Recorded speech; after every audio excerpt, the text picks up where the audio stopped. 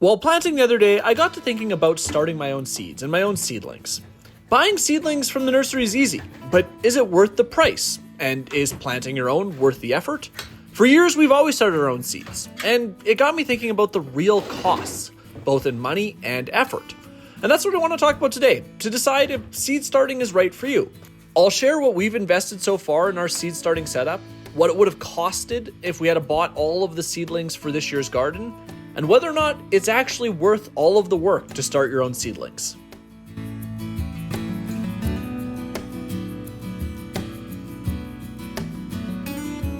I'm going to use our garden here, or I guess our upcoming season's garden here at First Crack Farm as the example for this. Now, keep in mind, scale has everything to do with how this breakdown, whether it's buying or starting your own seeds, is going to work. So I'm doing it. Pup's finally gonna go upstairs. He doesn't like when I talk to the camera. I ran these numbers based on exactly the plants we're putting into the ground, the exact numbers of plants we're hoping to put into the ground for our upcoming garden. And it's all based on our garden planner that we have set out for next season. Now, if you haven't seen the video on that garden planner, it is a little boring, but I highly suggest you watch it because I think it'll completely revolutionize how you plan your upcoming season's garden. Anyways, back to the calculation at hand. I've got it on a table here. I'm going to grab it and we'll walk through those numbers. So if we assume that the average cost of a seedling is anywhere between $2 and $6, depending on what you're buying, I have various numbers here. But I broke it down for green onions, broccoli, cauliflower, cabbage, spinach, carrots, beets, cucumbers, kale, Brussels sprouts, kohlrabi, arugula, mustard, and the rest of the greens, tomatoes, potatoes, peas, beans, zucchini, pumpkin, squash, corn, peppers. Whew, that's a lot of stuff. Now, some of these I've actually included seeds as the cost in here, simply because we're not going to be planting out carrots. You know, you're going to put seeds in the ground. You're not going to plant out beets. You're going to put the seeds in the ground. So the total number, if I was to purchase all of the seedlings for this upcoming growing season based on this, looks like $2,001.75 Canadian. As I said, those numbers are based on how many plants we're putting in the ground next year. We have a pretty big garden. We've got 14 rows that are 3 feet by 50 feet long, 3 feet wide by 50 feet long. It's not an inconsequential amount of garden space. That doesn't even include the small greenhouse where all of the peppers are going to be growing.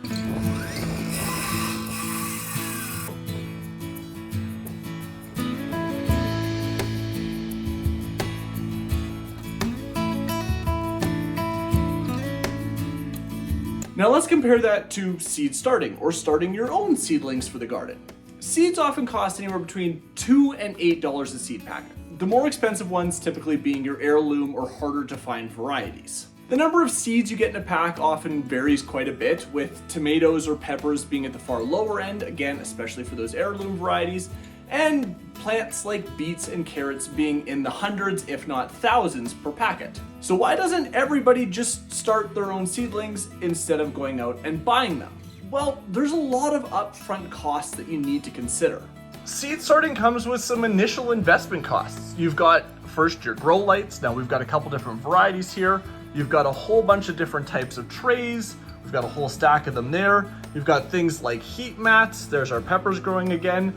You might have a dome to keep some humidity in. We've got a soil block, you've got scoops, you've got a place to mix soil, you've got your seeds, you've got a watering can, and you've got your seed mix.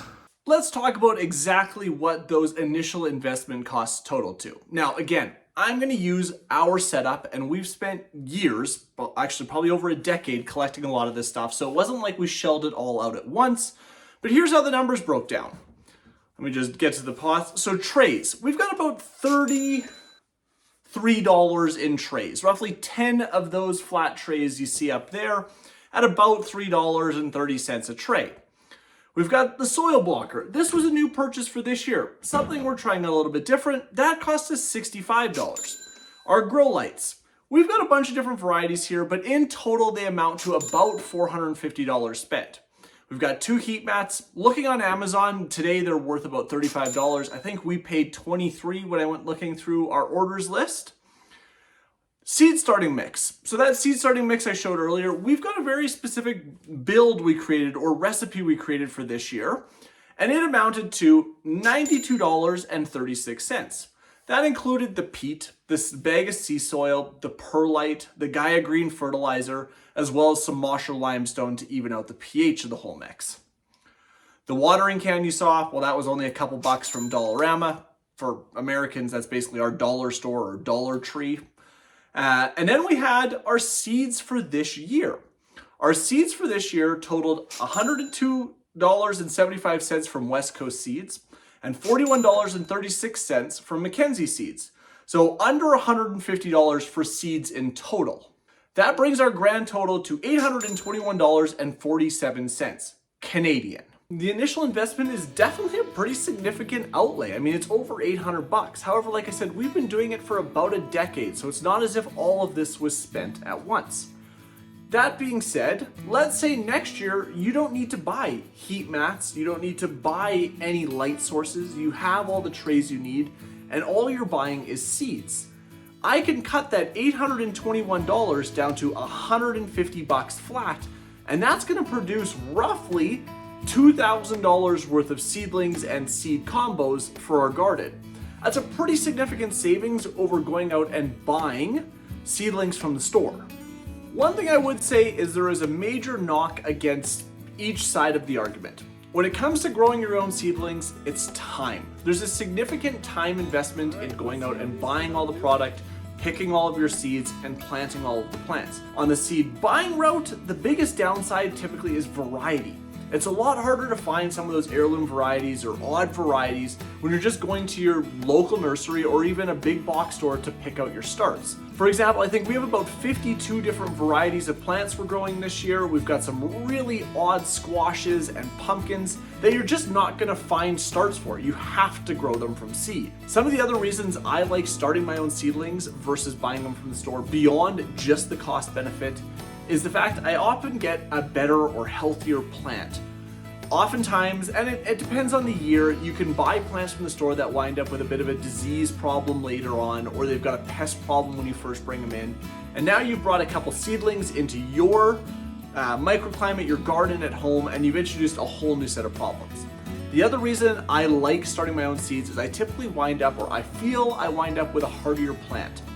Often I find when you buy those plants from a nursery or from a store, they're typically a little bit root bound. They're grown in a condition that is so different from what you would grow at home that they take a bit of a hit when you put them into the ground and wind up with a little bit of transplant shock. I have found in the past that we typically avoid that transplant shock when we start our own seedlings because we just have more control over the entire process. Now I'm hoping this year with soil blocks, again, switching to these, that we reduce that even further and have even healthier plants than we've had in the past. So is it worth it to start your own seeds, or should you just go buy them from the store? Well, there's kind of a couple ways you could look at this. If you're someone like me that likes the entire process regardless of the scale you're growing at, you just like putting that seed in the ground from the very start, raising it all the way up, transplanting it into your garden, then eventually eating the produce, eating those fruits that you grow, then collect seeds, grow, experiment, have fun with it regardless of the scale you're growing at. On the other hand, if you're only gonna grow a couple of plants, or you're really not interested in any of this, you're not interested in the early stages of making room in your house and planting seedlings and doing all this care before you even see the light of sun in the summer and the green grass and the garden underneath all that, well, snow for us, maybe not for you, skip all of it. Go out and just buy your seedlings. Enjoy the part of gardening you like, and that's probably the growing them up outside and eating the product at the end, eating that produce. Don't worry about it. Don't stress about the cost because it's not worth it in terms of the time and the money that you would spend on all this anyways. The third thing I'd consider is if you're totally brand new to gardening. If you don't know if you even like gardening, I'd skip all this. Save your time, save your money for now. Go out and buy a few plants from the store, pot them up in your backyard or on your balcony, and see how you enjoy raising those up until you get to harvest the produce that they produce.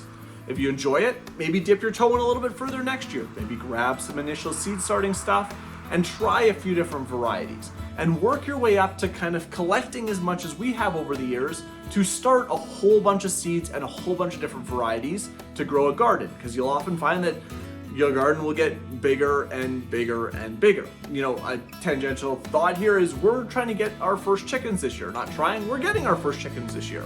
Now what I keep reading and hearing about is chicken math. If you want 10, get 20, and 20 is basically the same as raising 40, so just get 40.